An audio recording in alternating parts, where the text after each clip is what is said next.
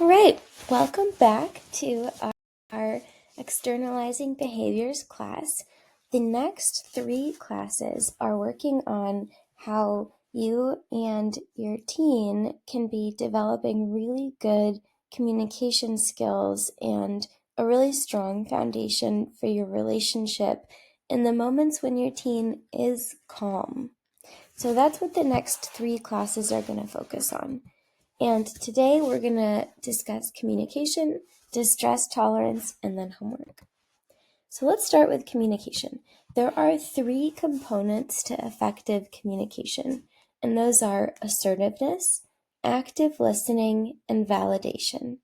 So assertiveness is expressing your thoughts, feelings, and needs in a clear, direct, and respectful manner. It's really important that you as a parent can be assertive with your child. And that doesn't necessarily mean being overbearing. It means being able to say your perspective very clearly.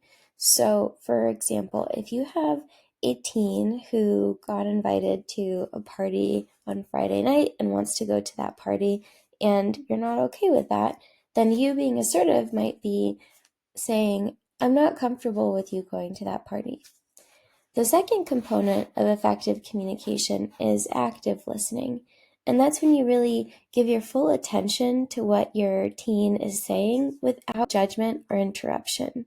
And that includes not only hearing the words that they're saying, but also really trying to understand the emotions and perspectives for your child. And this kind of genuine active listening really fosters empathy and helps build the foundation for the next step, which is validating your child's experience.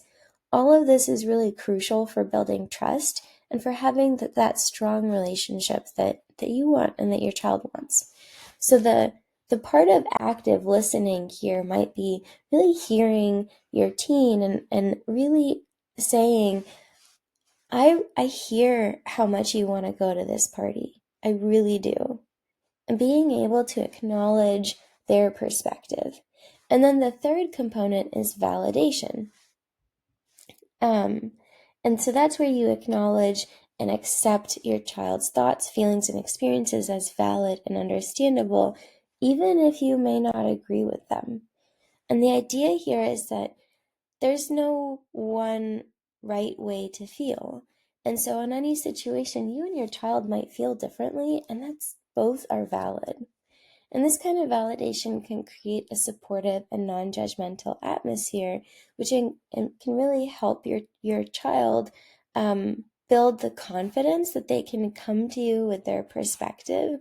And it really helps them learn that they don't need to escalate in order to be heard. And so again, that validation would be saying, I hear how much this party matters to you. And in the next class, we're going to talk about negotiation and what you and your child can do when your perspectives are so different. But the foundation is you being able to share your perspective, hear theirs, and validate theirs. Okay, now we're going to talk about distress tolerance skills. Why are we talking about distress tolerance skills? Well, effective communication can be stressful at first. Especially hearing someone else's perspective can be really hard. And so it may be hard sometimes for your teen to hear your perspective when it's different than theirs. And they will really need to be working on how to manage their frustration so that they can have behaviors other than the sort of like escalated outbursts that they've likely been having. Distress tolerance is what your child has probably been working on in individual therapy with their therapist since probably session 2 of therapy in Flourish. And so some of what they're learning is relevant here, which is this idea of window of tolerance. So if we're in our window of tolerance, we're comfortable, we're calm, not fatigued or tired, and we're alert but not anxious or on edge. This is when we feel like we can take on the problems of the world. When we're outside of our window of tolerance, we might feel overwhelmed, or unsafe. We might act impulsively. We might experience anger and rage. And sometimes things that feel manageable when we're in our window of tolerance feel unmanageable when we're outside our window of tolerance. What do I mean here? Well, let's say that you had a really frustrating day at work and you get home and you're already pretty frustrated, you're already feeling pretty overwhelmed, and there's a pile of dishes in the sink. Maybe on a normal day that feels really tolerable, but on a day when you've already used up your energy, that might feel really overwhelming, and you might be upset that with whoever left the dishes in the sink. Your child has that too. They might have had a really hard day at school, and they might come home and things that they can normally tolerate or handle, they can't. They get overwhelmed and angry because they've used up all of their energy managing their challenging day at school. And so the first thing is for each of us as individuals to be able to recognize, when are we outside of our window of tolerance, and be able to communicate that. Like, when can we communicate, hey, I'm not 100% right now, or I can tell that I'm pretty frustrated already. And then what do we do when we're feeling that way? And there's some specific things that we can do that can help us calm ourselves down and remind our bodies that we are in fact safe. And so a couple of those include box breathing. So that's when you inhale for 4 counts, hold for 4 counts, exhale for 4 counts, and hold for 4 counts. So if you want to try that now, we're going to inhale 1, 2, 3, hold for 1, 2, 3, 4, exhale 1, 2, 3, 4, and hold 1, 2, 3, 4. So that kind of regulated breathing can really help us ground ourselves in our body and remember that we are safe, and what we are being challenged with is something that is not unsafe. There's some mindfulness things that you can do. So there's some moments of mindfulness that you can practice, like really pausing and thinking about, what do I feel in my toes? What do I feel in my fingers? What am I hearing? Are there crickets outside that I can listen to? Really connecting with your body and your environment.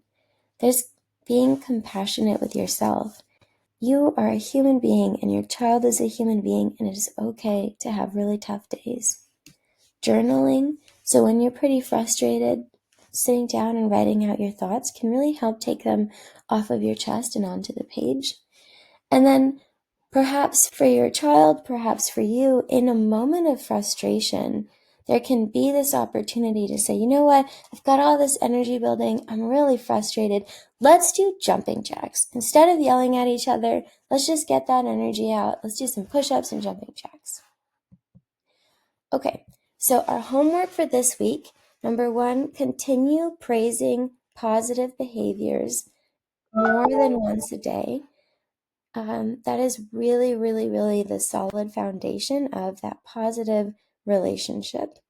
Try validating at least once this week. Try those communication skills of, assertiveness, active listening, and validation. So see if you can find yourself at least once this week saying, I can see that you feel X, and then insert what you think your child feels and see how that goes.